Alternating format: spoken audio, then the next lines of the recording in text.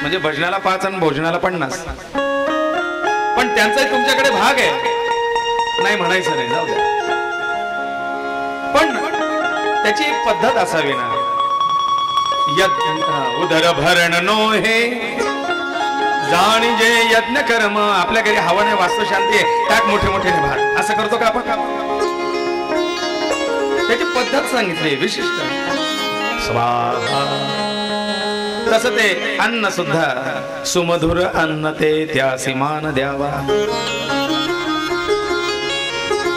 एवढंच घ्या ताटात जेवढं मावेल पोटात. उतना ही लो थाली में, व्यर्थ ना जाए नाली में. हा, अहो त्या अन्नापायी चोऱ्या माऱ्या खून करणारे लोक सुद्धा आहेत. काही असा इतका दरिद्री आणि इतका गरीब वर्ग आहे, त्यांना अन्नाच्या एक वेळच्या घासासाठी ते तरसतायत, एकमेकाचा खून करायला तयार आहे. आपण त्यांच्याकडे पाहावं. आपण त्यांच्या वाटचं तर ओरबडून खात नाहीये ना. जर आपण हे विनाकारण व्यर्थ नालीत वाया घालतोय, तर आपण त्यांच्या पोटातला घास काढून घेतोय.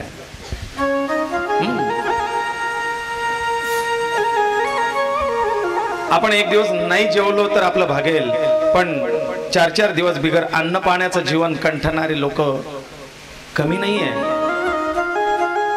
म्हणून आशांपर्यंत ही अन्नाचा घास पोहोचू द्या. उलट आपली संस्कृती ही सांगते की आपल्या ताटातून दुसऱ्याला सामावून घेणं ही आपली संस्कृती आहे. अर्ध्याच्या वरती हो, म्हणजे 10 रुपयातून 7 रुपये आमटी फेकून दिली गेली, 3 रुपये आमटी फक्त काल खाल्ली गेली. का? तुम्हाला कमी पडू नये हा प्रयत्न आहे. असो आपल्याकडे अन्नधान्य वाया जात असेल, तुमच्याकडे जास्त येत असेल, खाल्लं जात नसेल तर आश्रमाला द्या, संस्थेला द्या.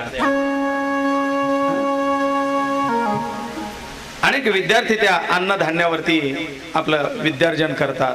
अनेक साधू संत, त्यांना त्या अन्नाची, त्या धान्याची आवश्यकता आहे. मग या ठिकाणी यज्ञ सुरू झाला आणि यज्ञाची परंपरा आहे. शांतीपाठाला सुरुवात झाली.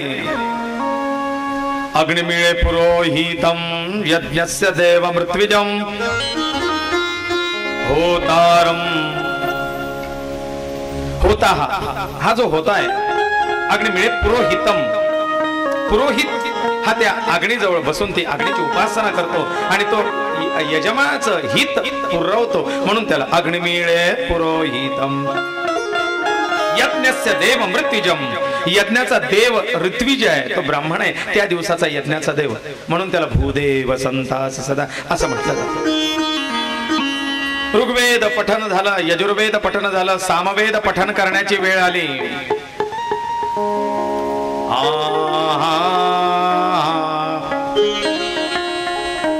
हई हई हो. सामवेदातून गायन शास्त्राचा उगम झालाय. मूळ गायन शास्त्र सामवेद. मूळ गायन शास्त्र सामवेदातून आलंय. सगळे राग सामवेदात आहे. आणि या सामवेदाचं अध्ययन असणारे गोभिल ऋषी गायन करू लागतात. ते गायन करतायत. षण्णो देवी रविष्टय आपो भवन्तु पीतये शय्यो रविस्रवन्तु नः. अग्न आयाहि वीतये गृणाणो हव्यदातये निहोता सत्स्यवरिखी. पण त्या काळातले ते सामवेदाचे विद्वान होते, त्यांच्यासारखा समजज्ञानी दुसरा नव्हता. आणि म्हणून या देवदत्ताचा आग्रह होता की आपल्याला टॉपमोस्ट सगळे गुरुजी बोलवायचे. आता आग्रह तुमचा ते टॉपच्या गुरुजींना बोलवायचा, पण त्यांनी आधीच नकार दिला होता की म्हणले, यजमान आता वार्धक्य अवस्थेमुळे मला हात कंपन होतं, मान कंपित होते. वार्धक्यामुळे एक दोन दात माझे आता स्थान सोडून गेले. त्याच्यामुळे स्वराचा स्वरभेद होऊ शकतो आणि वेदामध्ये स्वरभेद होणं पाप आहे. माझ्या हातून या चुका होऊ नये अशी माझी इच्छा आहे आणि म्हणून तुम्हाला सांगू नकोस.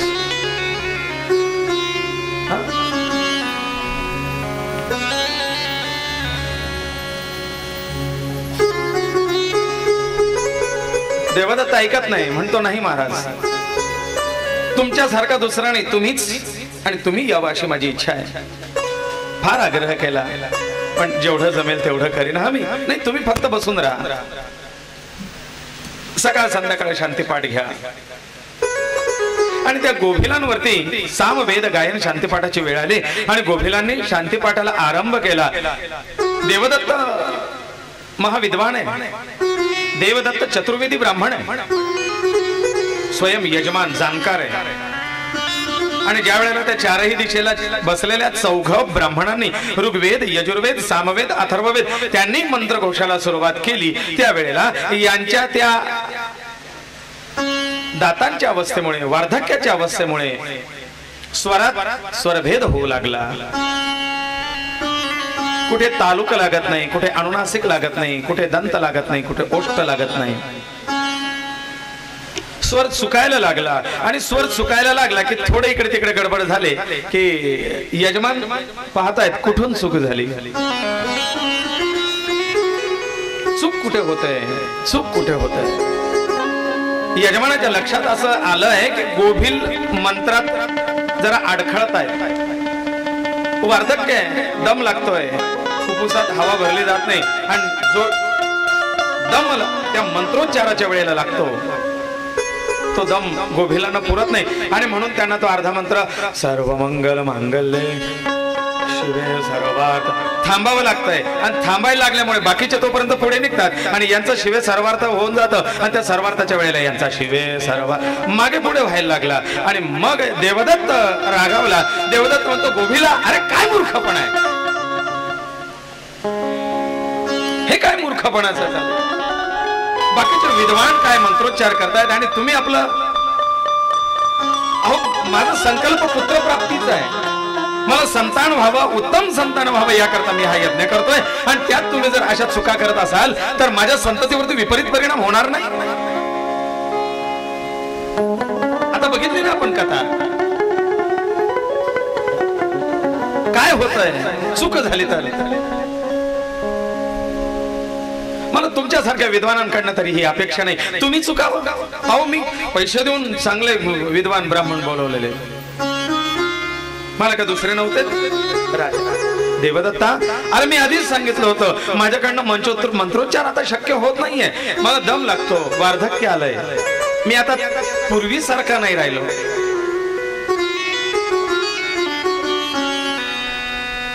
पण चार ब्राह्मणांच्या समोर झालेला अपमान, त्या चार विद्वानांच्या समोर झालेला अपमान गोभिलांना दुखावून गेला.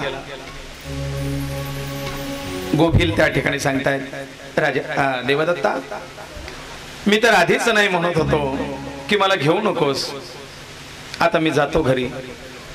मला हे तुझं अपमानजनक बोलणं, अरे ब्राह्मणात दक्षिणा देऊ नकोस पण अपमान करू नकोस, आणि म्हणून मी तुझी ही यज्ञ संस्था सोडून जातोय. मला तुझ्या यज्ञाची आवश्यकता नाही, अपमान नकोय मला. पण देवदत्ता, तू एक विद्वान आहेस, तू स्वतः ब्राह्मण आहेस, तू याचा ज्ञाता आहेस. इथे स्वर कसा उचलावा लागतो मंत्रोच्चाराच्या वेळेस हे तू जाणतोस आणि माझी अवस्थाही तुला दिसते. पण एवढ्या सगळ्या विद्वानांच्या समोर तुम्हाला मूर्ख म्हटलास.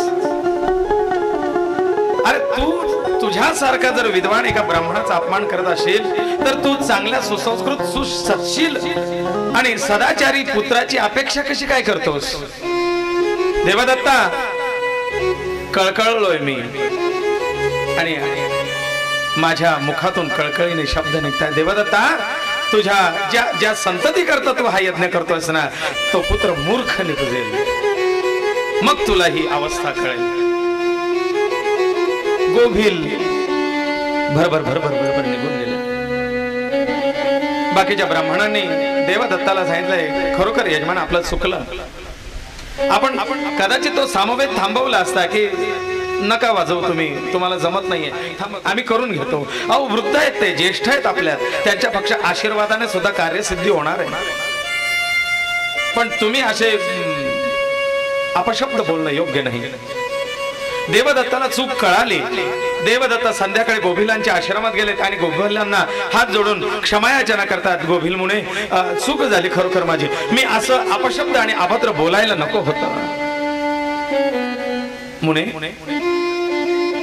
मी यजमान पदावरती होतो आणि त्यावेळेला मी अज्ञानी आहे असं समजा, मला त्यातलं काहीही कळत नाही असं समजा, पण तुम्ही तर मोठे व्हा, मोठ्या मनाने मला क्षमा करा.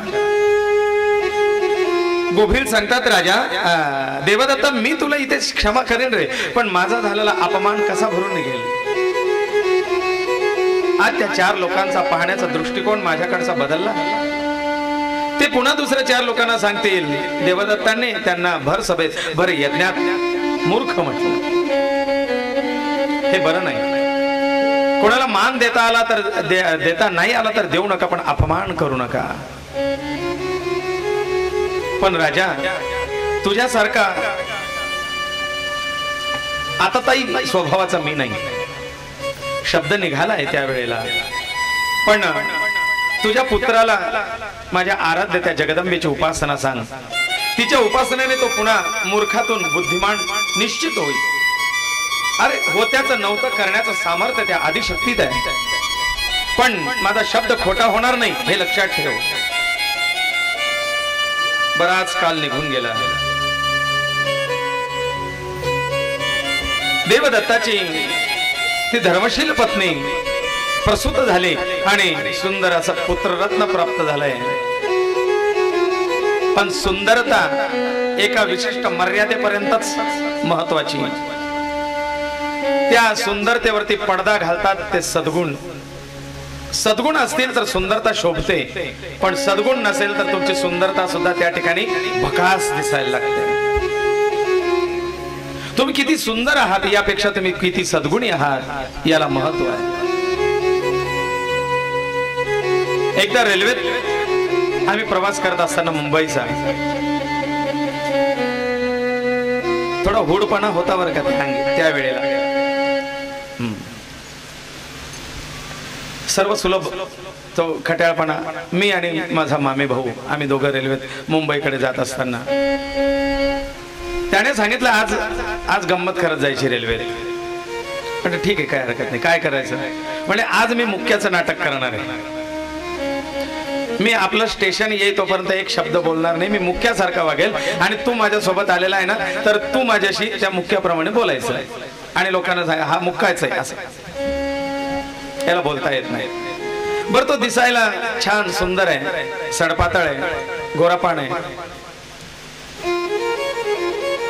मुंबईला राहणार आहे, त्याच्यामुळे त्याच्या हातात सोन्याच्या अंगठ्या वगैरे ते सगळं. रेल्वे स्टेशनच्या खिडकीजवळ बसलेला आहे, आजूबाजूला सगळे बसलेले आहे आणि त्याने ते माझ्याशी बोलायला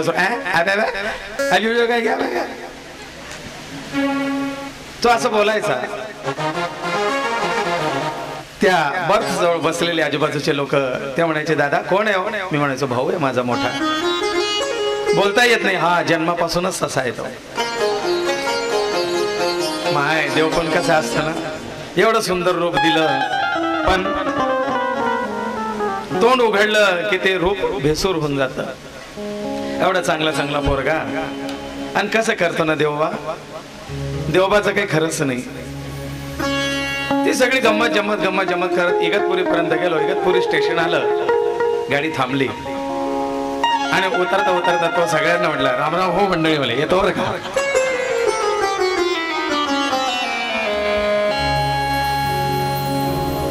ती गंमत जम्मत.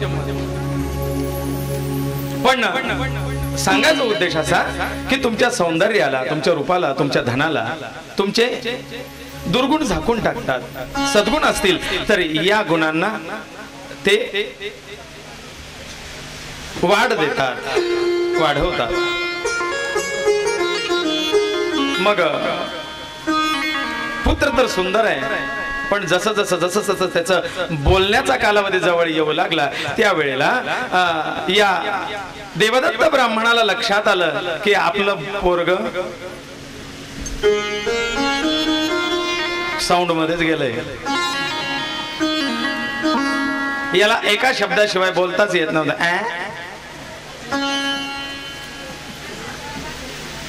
याचं नाव ठेवलं गेलं उतथ्य. काय नाव आहे बाळाचं? उतथ्य. आणि उतथ्याला काहीही विचारा,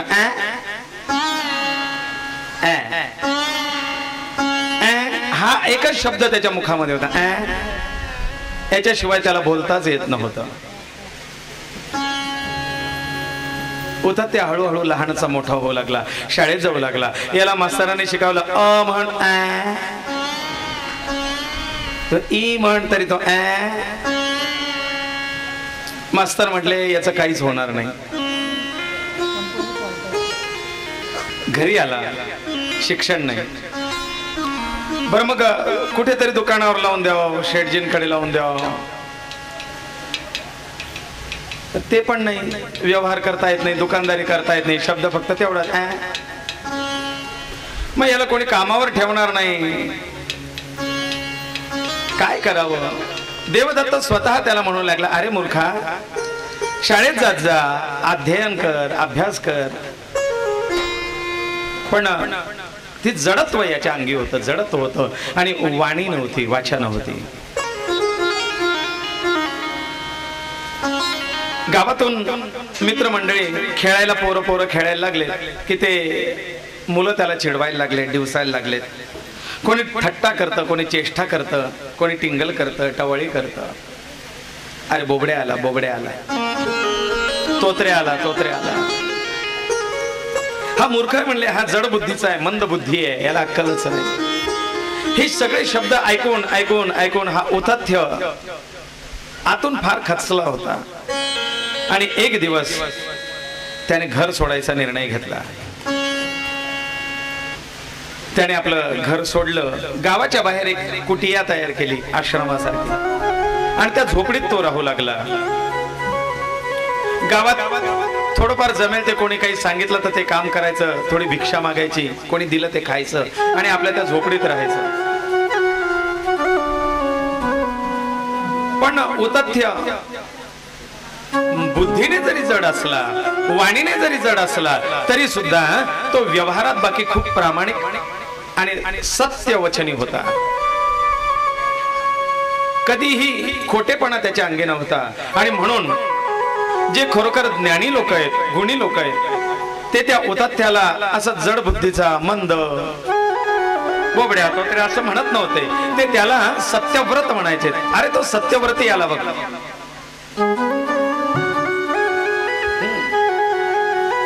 आपल्या ज्ञानी लोक, गुणी लोक हे नाही म्हणत, पण खट्याळ लोक म्हणतात, हा मोठा खराना पोटना वगैरे तो.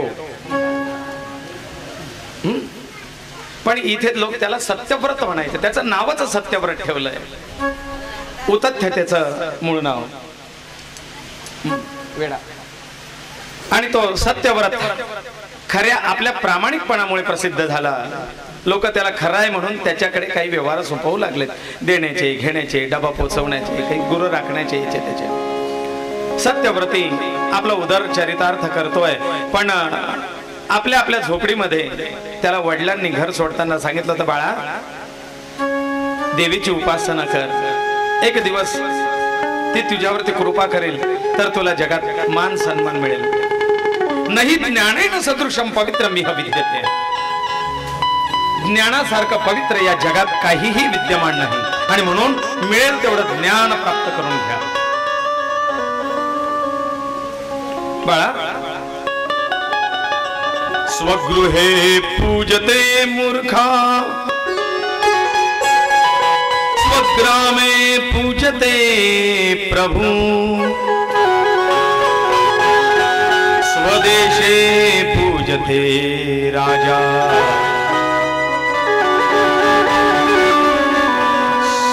विद्वान सर्वत्र पूज्यते. विद्वानाची सर्वत्र पूजा होते. आणि असा असणारा तो मंद बुद्धी आणि रोज तिचं पूजन करतो, रोज हात जोडतो आणि प्रार्थना करतो, मनातून प्रार्थना करताय. पण आई, मी हे तुझ्याजवळ बोलू सुद्धा शकत नाही, कारण मला वाणी नाही, कारण मला फक्त एकच शब्द बोलता येतो,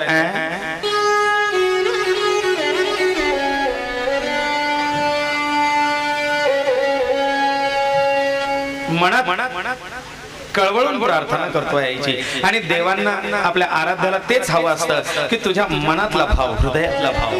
भावेषु विद्यते देवा तस्मात् भावम हि कारणम. बरेच दिवस लोटले गेले. त्याचं भाग्य कसं जागृत झालं बघा. एक दिवशी दुपारची भिक्षा वगैरे आटोपली, भोजन झालं आणि अंगणात बसलाय. ब्राह्मण आहे, बाकी काम तर काही येत नाही, म्हणून त्याच्याजवळ जी यज्ञ यागात वापरली जाते ती वनस्पती आणि ते दर्भ येणे मुचकराव्या ते देतील, ते थोडंफार अन्न आणि थोडीफार दक्षिणा, त्याच्यावरती आपलं उदरचरितार्थ चालवा.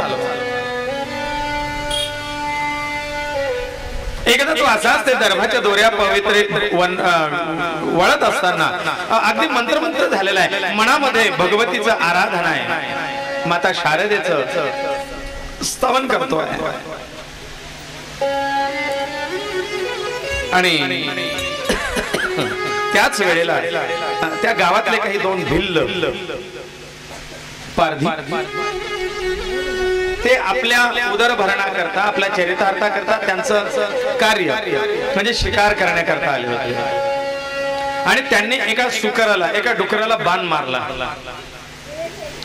आता जड प्राणी म्हणून सुकर, वराह, डुकर अत्यंत जड, त्याला लवकर मार लागत नाही. आणि त्या डुकराला पारध्याने मारलेला बाण त्याच्या अंगात रुतला. पण तरीही ते बघा तुम्ही, मोटरसायकलचे दोघे पाय जातात त्याच्यावरून चाक, तरी ते उठून पळतोय. हे ऍडमिट होतं पण त्याला काहीच होत नाही.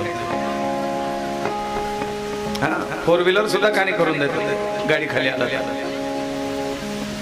मग असा तो रुतलेला बाण घेऊन हे सुकर, हे डुकर असं पळत सुटलं गावाच्या बाहेर बेभान. पळता पळता पळता नेमकं उतथ्याचा तिथे आश्रम आहे. या आश्रमाच्या जवळ, त्याच्या अंगणातून, त्याच्या त्या दरबाच्या जवळ सावरलं त्याने पटापट पटापट. अरे हे आलं कुठून? नेमकं ते पळत आलंय आणि याच्यातून भर भर भर भर त्या आश्रमातून मागे मागे. आश्रमाजवळ वेली, लता, झाडं झुडपं आहेत. त्या कुंपणामध्ये ते डुकर लपून बसलं आपला जीव वाचवायला. उतथ्य त्याला कळालंच नाही. क्षणभर भिवून गेला. धड धड धड धड धड धड धड व्हायला लागलं. नेमकं काय झालं? तेवढ्यात मागून ते पळत पळत दोघं पारधी आले आणि त्यांनी त्या उतथ्याला, सत्यव्रताला हात जोडले. बघा, वेडसर होता, बोबडा होता, पण त्याच्या सत्य आचरणामुळे सगळ्यांना वंदनीय झाला होता. त्या पारध्याने, त्या भिल्ल्याने त्याला नमस्कार केला. म्हणजे महाराज नमस्कार. अहो आताच आम्ही शिकार करत होतो. एक शिकार, एक सावट आम्ही वेधलं, पण ते डुकर नेमकं तुमच्या आश्रमाकडे आलंय. तुम्ही पाहिलं का? पाहिलं असेल तर मला सांगा ना, कुठे गेलं ती आमची शिकार?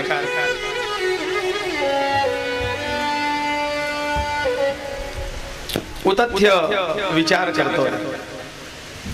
हे विचारतायत की ती शिकार, ज्या वराहाला बाण मारलाय ते डुकर दिसलं का? तो दिवस होता अश्विन शुद्ध अष्टमीचा. नवरात्रोत्सव चालले होते. अष्टमी, नवमी देवीची आवडती तिथी.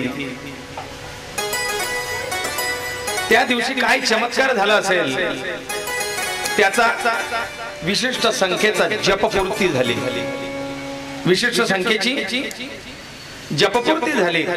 तुम्हाला आठवत असेल, म्हणजे जागरूकतेने तुम्ही कथेत पहिल्या, दुसऱ्या, तिसऱ्या दिवशी असाल आणि म्हणलो ना ऐकत असाल, तर तुम्हाला बुद्धी प्राप्ती किंवा सरस्वती प्राप्ती करता एक बीजमंत्र सांगितला होता. एकाक्षरी मंत्र. कोणता? तुम्ही सगळे सांगितले. तुमले जो पटे तो लिहिल्या. माता सरस्वतीची कृपा प्राप्त होण्याकरता आणि बुद्धीत वाढ होण्याकरता जो बीजमंत्र आहे तो आहे ऐम. एडक्याचा ऐम. या ठिकाणी नेमकं त्याच्या मुखबधिरत्वामुळे तो जो शब्द बोलायचा तो हा मात्रा रहित ऐम बीजाचा त्याच्याकडनं बालपणापासून जप झाला. ऐम ऐम हे बीज मंत्र आहे, पण एचा मात्रा रहित नुसता हे मात्रा रहित बीज झालं. अर्धबीज आणि बालपणापासून त्याच्या मुखामध्ये त्या बीजमंत्राशिवाय मंत्रच नाही. भगवतीने त्या या शब्दालाच बीजमंत्र मानून घेतलाय आणि विशिष्ट संख्येमध्ये त्याचा तो हा जप झाला. आणि आज कोटी संख्येत तो जप पूर्ण झाल्यामुळे त्याच्या त्या नेमक्या म्हटल्यामुळे इकडे त्याचा तो म्हणायचा घात आणि त्याचा तो काही कोटी सिद्ध होण्याकरता जेवढी संख्या लागते तेवढी संख्या पूर्ण होण्याचा तो क्षण झाला आणि वीज चमकली त्याच्या डोक्यात. भगवतीची कृपा प्राप्त झाली आणि त्याचं जडत्व गेलं. जपसिद्धी झाली. सरस्वतीचं सारस्वत बीज मंत्र हा सिद्ध झाला आणि तो सिद्ध झाल्यामुळे त्याला ज्ञान प्राप्त झालं आणि त्याला ज्ञान प्राप्त झाल्यामुळे तो विचार करतोय. हा काय विचारतोय आपल्याला? ती शिकार कुठे गेली?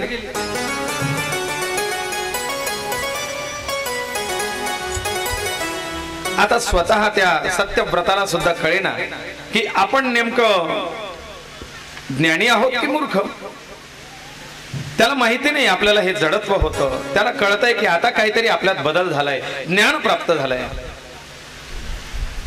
आपसुक त्या शिकाऱ्यांकडे पाहून त्याच्या तोंडून शब्द निघाले. जसं महाभारताला आरंभी त्या मुनींच्या तोंडून शब्द निघाले होते आणि तेच महाकाव्य झालं महाभारत. तसं याच्या मुखातून हा विद्वानाप्रमाणे बोलू लागला. शब्द निघाले. या पश्यति न सा ब्रूते या ब्रूते सा न पश्यति अहो व्याद स्वकार्यार्थिं किं पृच्छसि पुनः पुनः.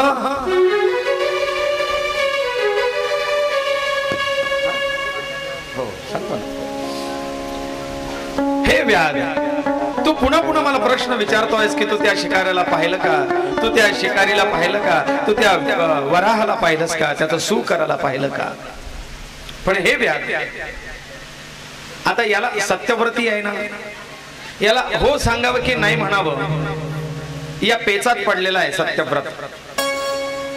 मग याने नरोवा कुंजरोवा असा मधला पर्याय काढला. महाभारतात जसा काढला होता तसा हा म्हणतोय या पश्यति सान ब्रूते. हे शिकाऱ्यांनो, ज्यांनी पाहिलं पण त्यांना बोलता येत नाही आणि जे बोलतात त्यांनी पाहिलं नाही, मग तुम्हाला खऱ्या अर्थाने मी खरं कसं सांगू की हे खरं आहे असं मी कसा विश्वासाने सांगू. आणि तुम्ही कोणावरती विश्वास ठेवणार? विश्वास कोणावरती ठेवावा? जो सांगतोय त्याने पाहिलं नाही, न पाहता तो बोलतोय आणि ज्याने पाहिलंय तो बोलू शकत नाहीये. मग तुम्ही खरं कोणाचं मानणार? त्याच्यामुळे तुम्ही तुमच्या स्वकार्यार्थीन तुम्ही तुमच्या कार्याला तुम्ही जा. मी याच्यात निर्णय देऊ शकत नाही. व्याधांनी त्या उतथ्याला सत्यव्रताला नमस्कार केला. ते म्हणतात देवा पण तुम्ही नेमके एकटे आहे तिथे, मग पाहिलं कोणी आणि सांगितलं कोणी हे तर सांगा आता जाता जाता. तो उतथ्य सांगतोय बघ त्या शिकारीला या डोळ्यांनी पाहिलं पण ते बोलू शकत नाही आणि तो कुठे गेला हे सांगायला माझं मुख तयार आहे पण त्यांनी पाहिलेलं नाही. मग तोंडावर विश्वास ठेवायचा का डोळ्यावर विश्वास ठेवायचा? म्हणून मी याच्यात निर्णय नाही देऊ शकत आहे. मलाच माझ्या त्या निर्णयावरती विश्वास नाही. शिकाऱ्याने उतथ्याला नमस्कार केला. शिकारी शिकार शोधण्याकरता निघून गेले. उतथ्याला कळे ना की आज माझ्या तोंडून हे शब्द कसे निघालेत. मला तर फक्त एक शब्दाशिवाय बोलता येत नाहीये. तो घरात गेला, त्याच्या त्या झुग्गीत झोपडीत, आणि त्या माता सरस्वतीची जी सुंदर मूर्ती ठेवलेली आहे, वीणा पुस्तक धारणी, तिच्या समोर हात जोडले, गुडघे टेकले आणि सांगितलं, आई आई अगा हा काय चमत्कार आहे, तुझी कृपा माझ्यावरती अशी कशी काय व्हावी, मला हे कळून चुकत नाही, मी अज्ञानी आहे, तुझं सामर्थ्य मी जाणू शकत नाही, आई नेमकं काय घडलंय मला जरा सांगशील. आणि त्या वेळेला भगवती जगदंबा आदिशक्ती वाक बीज धारिणी, धारणा शक्तीची अधिष्ठात्री ती सरस्वती जगदंबा त्या उदत्याच्या समोर प्रकट होते आणि त्याच्या मस्तकावरती हात ठेवून त्याला पूर्ण ज्ञाती, पूर्ण ज्ञानी बनवते, विद्वान बनवते. पूर्णस्य पूर्णमादाय पूर्णमेवावशिष्यते, त्याला परिपूर्ण असं बनवते. आई आई अशी अशी काय कृती घडली माझ्याकडनं की तू मला प्रसन्न झालीस. तू तर अकारण करुणामयी आहेस माँ. तुझ्या कृपेला काही कारण लागत नाहीस. ज्याने तुझी उपासना केली, आराधना केली, त्याच्यावरती तू प्रसन्न झाली हे समजू शकतो. पण आई तू माझ्यावरती प्रसन्न व्हावीस, मी असा काय कर्म करणार आहे की तू कृपा माझ्यावरती केली.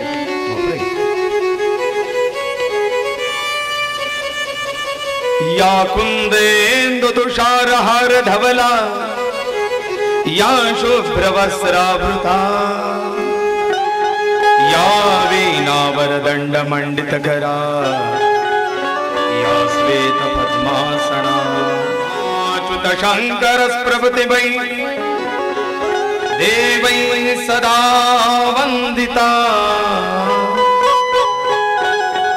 सा मां पातु सरस्वती भगवती निशेष जाड्यापहा. सा मां पातु सरस्वती भगवती निशेष जाड्यापहा. सा मां पातु सरस्वती भगवती. आई तू अकारण करुणामयी आहेस आणि तू माझ्यावरती कृपा केलीस. आई तुझ्या पूजेत, तुझ्या उपासनेत माझ्याकडनं काही चुका जप करतोयस बाळा, मग मी का तुझ्यावरती कृपा करू नये. आई पण तुझा मंत्र तर मी अर्धवट उच्चारतोय, राम म्हणायच्या ऐवजी ऐ म्हणतोय, तरी सुद्धा तू कृपा केलीस. आई माझ्या हातून अनेक चुका झाल्या आहेत, त्या क्षमा कर आणि अशीच कृपा अखंड तुझी माझ्यावरती राहू दे.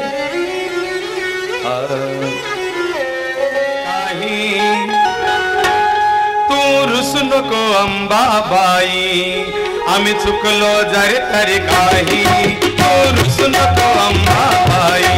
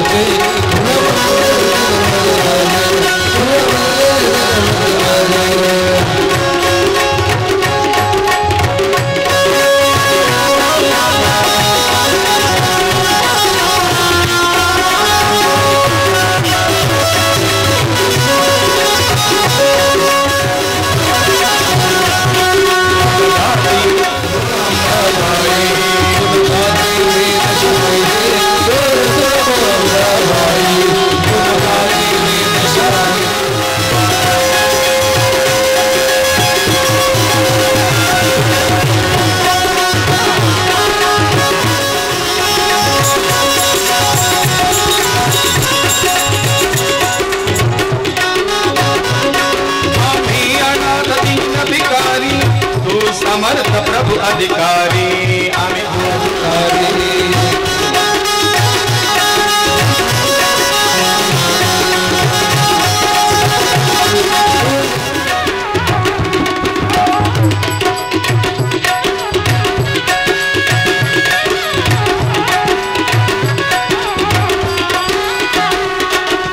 पतित पातकी भारी तू पावन भव संसारी आम्ही पतित पातकी भारी तू पावन भव संसारी तू पर्वत आम्ही रजराई तू रचुन तू अंबाई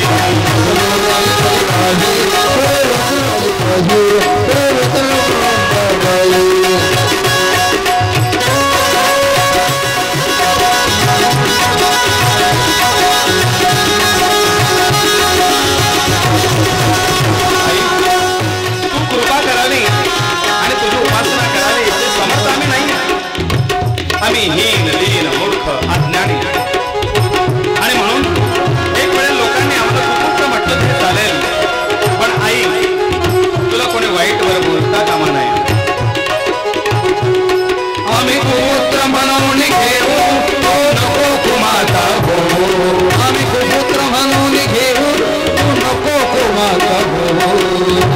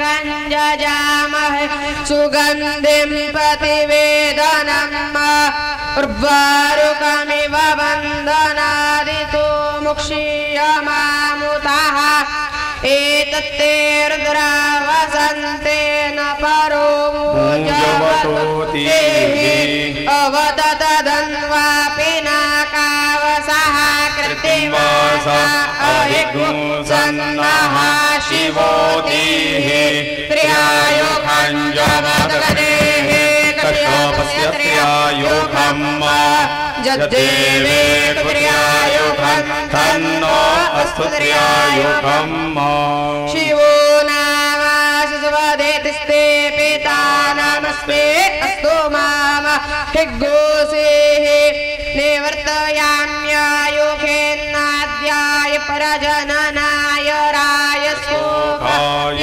सुप्रजास्वाय सुवीर्याय हरि ओम। अशा प्रकारे ज्यांचा नंबर लागला नाही त्यांनी दुसऱ्या टप्प्याला थांबून जा।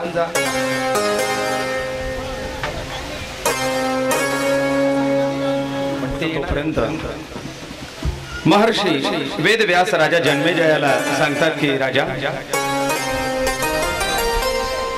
भगवतीचं स्वरूप अकालनीय आहे, अलौकिक आहे। या भगवतीच्या जगदंबे स्वरूपाला पाहण्याची इच्छा ब्रह्मा विष्णू आणि शिव या त्रिदेवांना सृष्टी निर्मितीच्या वेळेला इच्छा झाली की त्या परांबेचं स्वरूप नेमकं कसं आहे। थोडा सुप्त अहंकार असतो, तसा हा सुप्त अहंकार त्रिदेवांना झालाय। त्यावेळेला ब्रह्मादी देवता आपसात चर्चा करतात की बघा, या सृष्टीत आपल्यापेक्षा आद्य आणखीन काही आहे का तत्व। तेव्हा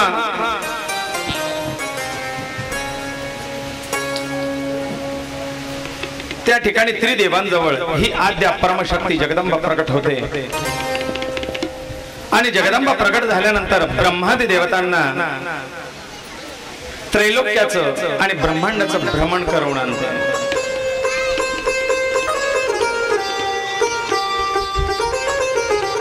पहिल्यांदा आदिशक्ती जगदंबा तारांगण, सगळ्या नक्षत्र, ग्रहमाला, आकाशगंगा यांचं भ्रमण करून झाल्यानंतर इंद्रलोक,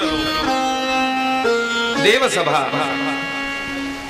स्वर्ग, देवांगणा, देवता या सगळ्या ब्रह्मादी देवतांना दाखवतात। या सगळ्या देवता माझ्या इच्छेने प्रकट झाल्या। ब्रह्मदेवांना सुद्धा अहंकार असं वाटायला लागतो की मग या सगळ्या ब्रह्मांडाचा निर्मिता मी प्रमुख। मग आद्या जगदंबा शक्ती म्हणते, बघा त्रिदेवांनो, आज जरा आपण फिरायला जाऊया। जगदंबेचं मणिपूरहून आलेलं विमान, त्या दिव्य विमानामध्ये या त्रिदेवता बसतात आणि ते विमान आकाश मार्गामध्ये उड्डाण घेत आहे। उड्डाण घेतल्यानंतर चालता चालता चालता ब्रह्मलोकाला जाऊन पोहोचतात। ब्रह्मलोक आल्यानंतर या ब्रह्मलोकामध्ये एक ब्रह्मा दिसतात। विमानात कोण आहे? विमानात ब्रह्मदेव आहेत आणि हे मणिपुराचं विमान देवीचं ज्या ब्रह्मलोकात जातं त्या ब्रह्मलोकातला राजा ब्रह्मदेव वेगळा आहे। हे पाहिल्यानंतर या त्रिदेवांना आश्चर्य वाटतं आणि शिव आणि नारायण ब्रह्मदेवाकडे पाहून म्हणतात, ब्रह्मदेवा हा काय प्रकार आहे? तुम्ही माझ्या सोबत असताना इथे दुसरे ब्रह्मदेव? ब्रह्मदेवाचा आता पसीना पसीना। ब्रह्मदेव म्हणता, मलाही कळत नाही नेमका हा दुसरा ब्रह्म आला कुठून।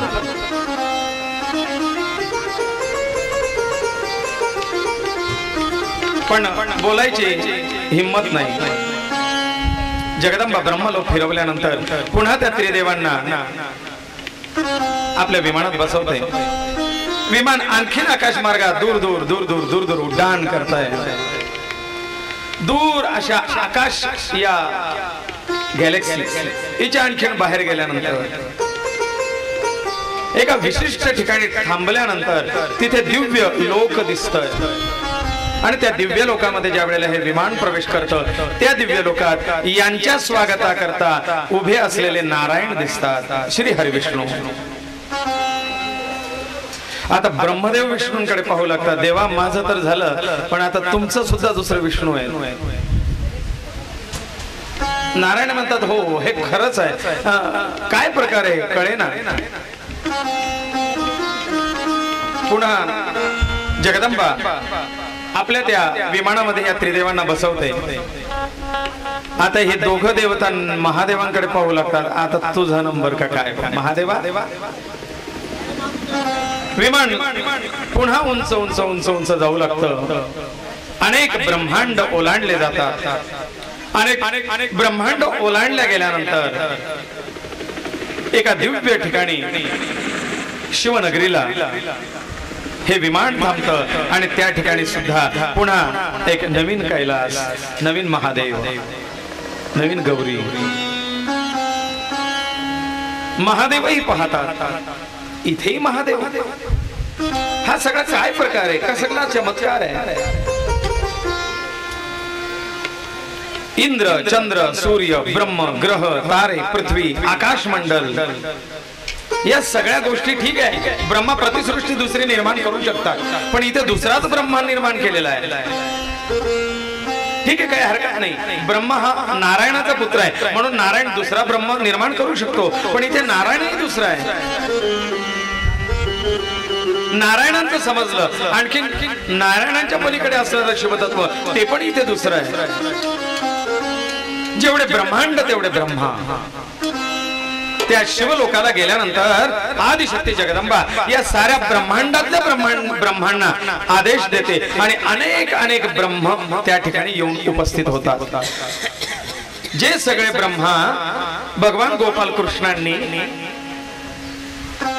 गोकुळात त्या ठिकाणी बोलावले होते. ब्रह्मदेवाने गाई वासराने गोपाळांना चोरून नेलं होते त्यावेळेला. तिथे सुद्धा भगवान गोपाल कृष्णाने सांगितलं की ब्रह्मा तुला असं वाटतं मी एकटाच, अरे तुझ्यासारखे हजार ब्रह्मा मी निर्माण करतो आणि तुझ्यासारखे हजारो ब्रह्मांड आहे, त्या प्रत्येक ब्रह्मांडाचा एक एक ब्रह्मा आहे. मी तुझ्यासारखा ब्रह्मा दुसरं निर्माण करू शकतो तर मग या गोपिकां गाई वासरं दुसरे निर्माण करणार नाही. ब्रह्मदेवाचं गर्भहरण तिथे झालं होतं. आज इथे आणखीन हजारो ब्रह्मा आहेत. आदिशक्ती सांगते ब्रह्मदेवा अनेक ब्रह्मांडाचा स्वतंत्र ब्रह्मा आहे. अशा अनेक ब्रह्मांचा एक अधिपती नारायण आहे आणि अशा अनेक नारायणांचा एक अधिपती शिव आहे आणि अशा अनेक शिवांची एक अधिपती आदिशक्ती जगदंबा आहे. आणि म्हणून बघ, जिथे हजार ब्रह्मा तिथे एक नारायण, जिथे हजार नारायण तिथे एक शिव आणि जिथे हजार शिव तिथे एक जगदंबा आहे. आणि मग या शिव, विष्णू आणि ब्रह्मदेव यांना आता ती जगदंबा मणिपुराला घेऊन चालते. हे मणिपूर अतिशय सुंदर आहे, रम्य वातावरण आहे, दिव्य ते मणिपूर आहे. मणिपुराची रचना म्हणजे श्रीयंत्र आहे. श्रीयंत्राची पूजा करताना तुम्ही हे श्रीयंत्र म्हणजे नेमकं काय? श्रीयंत्र म्हणजे या जगदंबेचं मणिपूर स्थान, त्या स्थानाची रचना कसं आहे देवीची नगरी ते म्हणजे श्रीयंत्र आहे. आणि त्या श्रीयंत्रामध्ये या जगदंबेच्या सगळ्या श्री शक्ती विराजित आहेत आणि म्हणून तिथे त्या मणिपुरासहित जगदंबेचं पूजन म्हणजे श्रीयंत्राचं पूजन आहे. मधला जो बिंदू आहे तो आदिशक्ती जगदंबा दुर्गेश आहे, त्रिपुर बाला सुंदरी. आणि आता या मणिपुरामध्ये गेल्यानंतर ब्रह्मादी देवता तर सगळे विस्मित होतात. यांच्या समोर बाकी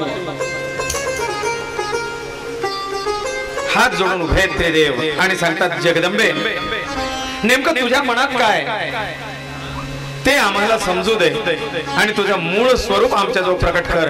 तुझ्या नेमक्या रूपाचं दर्शन तर घडू दे आणि त्यावेळेला विराट रूपामध्ये जगदंबा या ब्रह्मा विष्णू आणि महेशासमोर उपस्थित झाली, प्रगट झाली। देवीच्या पायाच्या नखाच्या आग्राजवळ या त्रिदेवता उभ्या होत्या। एवढं विराट रूप देवीचं त्या ठिकाणी प्रकट झालं आणि या त्रिदेव ब्रह्मादी देवतांचे डोळे प्रदीप्त झाले। त्रिदेवांनी हात जोडले आणि जगदंबेची ते आराधना करू लागले।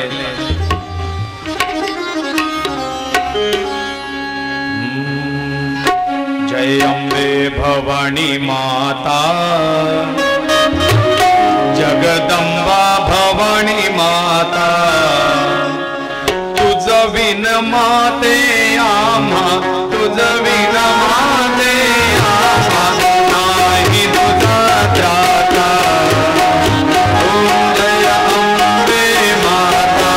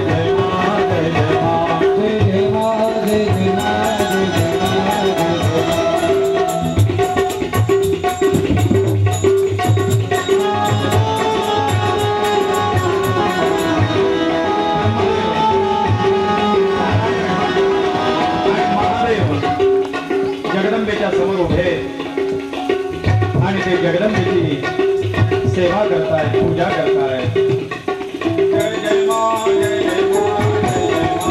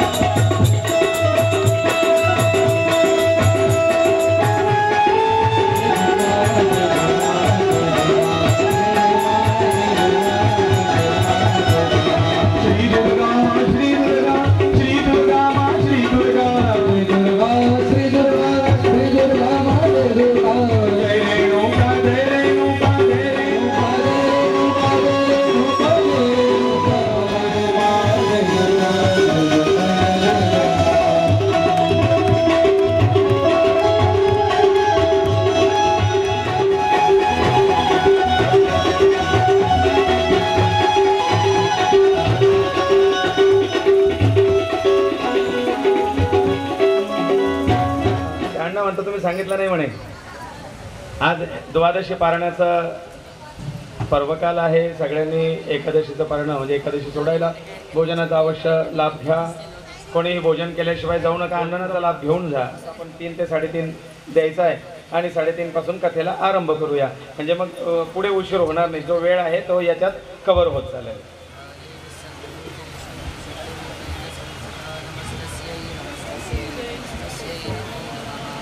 बालर विद्युति मिन्दु किरीटां तुंगकुचां नयनत्रय युक्तां स्मेरमुक्बरदङ्कुशपाशां प्रीतिकरां प्रभजे भुवनेशी, प्रीतिकरां प्रभजे भुवनेशी।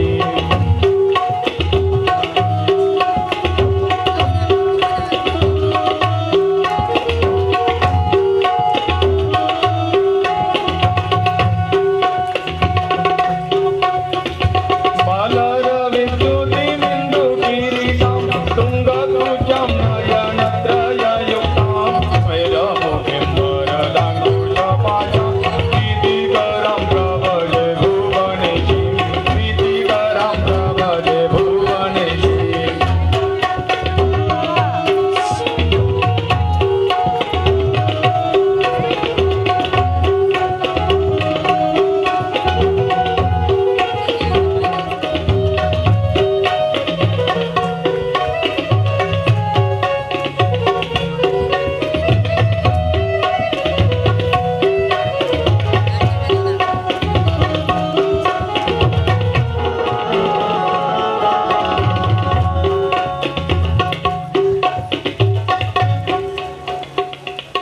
सर्व मंगल मांगल्ये. तोपर्यंत आरतीची तयारी करा.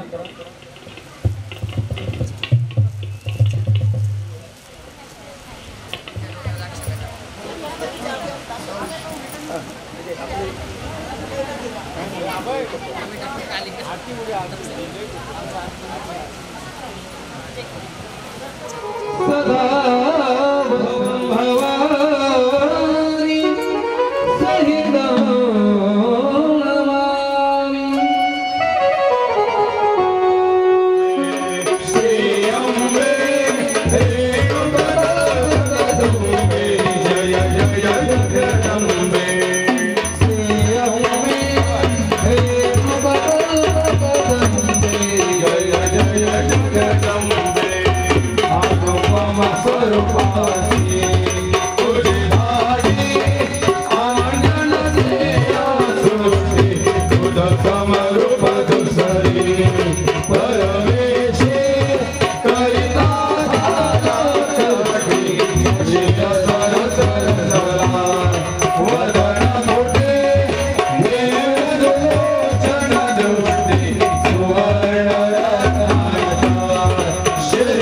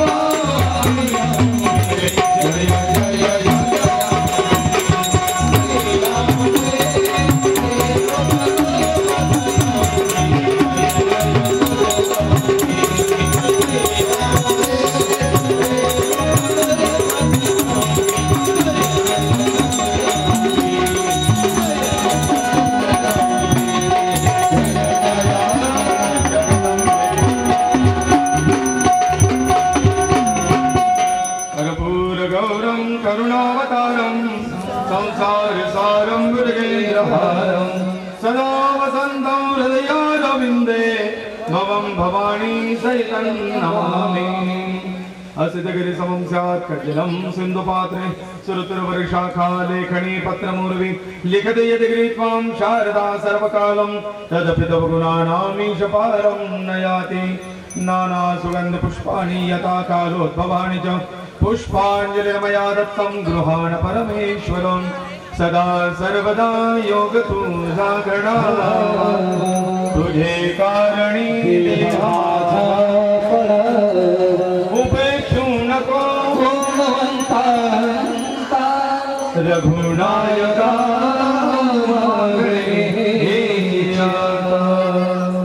धर्माच्या करिता आमास जगती गो तुझे नाम आमच्या मुखासी येवो हे माते तुझे आम्ही दासानुदास नमस्कार माते तुझ्या चरणास सत्स श्री जगदंबा माता की जय आई अंबेचा जय